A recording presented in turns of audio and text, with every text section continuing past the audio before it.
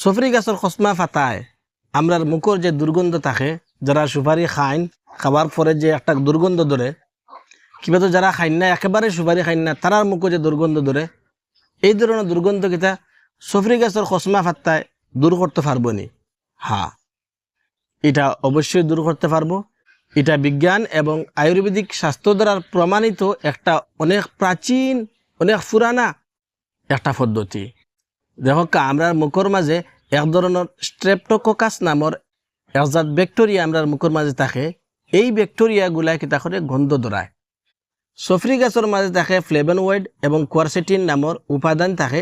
এইগুলা কিতা করে এই যে স্ট্রেপ্টোকোকাস নামের ব্যাকটেরিয়া যেটা আছে এটারে তারা একবারে মারি ফেলাই দেয়।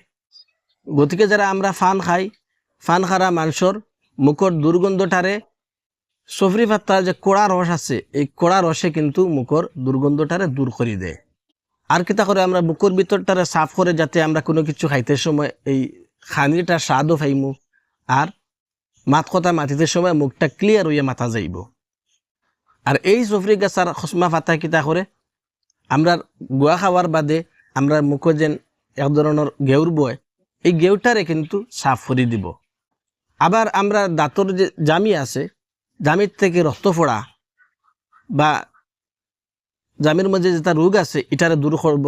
যে রোগটা কিন্তু আমরা সাধারণত বেশিরভাগ দেখা যায় মুখর দুর্গন্ধ দূরানির লাগিয়া কারণ হইয়া দাঁড়ায়। এখন আমরা লাগি জরুরি হইল যে জানতাম যে এই জিনিসটা কিতা নিরাপদ নি, এই যে সফরি গাছের পাতা এটা নিরাপদ নি? বলে হ্যাঁ, এটা নিরাপদ। এটা কোনো রাসায়নিক মাউথ ওয়াশ নাই, যার কারণে এটা আমরা কোনো সাইড এফেক্ট বা পার্শ্ব প্রতিক্রিয়া করতো না। এর লাগি এটারে সবচেয়ে বেশি নিরাপদ একটা উপায় হইলেও চলে, তবে কিছু বিষয় খেয়াল রাখতে লাগবো নিরাপদ, পরিপূর্ণ নিরাপদ করতে গেলে। যেমন যখন আমরা এটারে সিবাইমু, বালা করে সিবাইমু, সিবানির পরে যে রস আছে এই রসটারে গিলিতাম না, 2-3 মিনিট আমরা মুখর মাঝে রাখতাম।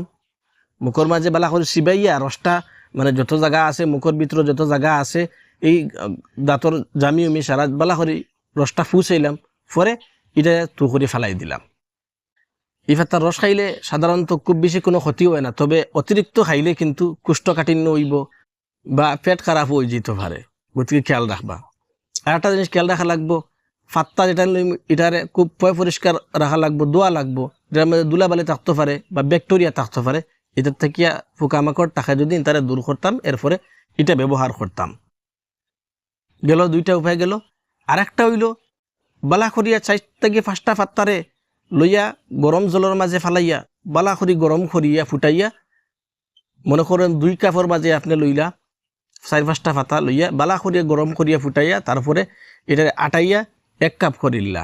যখন ঠান্ডা হইল তখন পুরা কাপ দিয়ে একবার না 2বার বালা করিয়া গার্গল করলা, গড়গড়া যেটারে আমরা কই ও গড়গড়া করলা করিয়া পরে এটা ফালাই দিলা, এটা খাইলা না। আশা করি এই ভিডিওটা আপনার উপকারও আয়। যদি তাইলে আপনি কিতা করবা, এই ধরনের উপকারমূলক যেটা ভিডিও আছে এটা আপনি অন্য কাছে পৌঁছানোর চেষ্টা করবা, কারণ এটার থেকে অনেক মানুষ উপকার পাইতে পারে।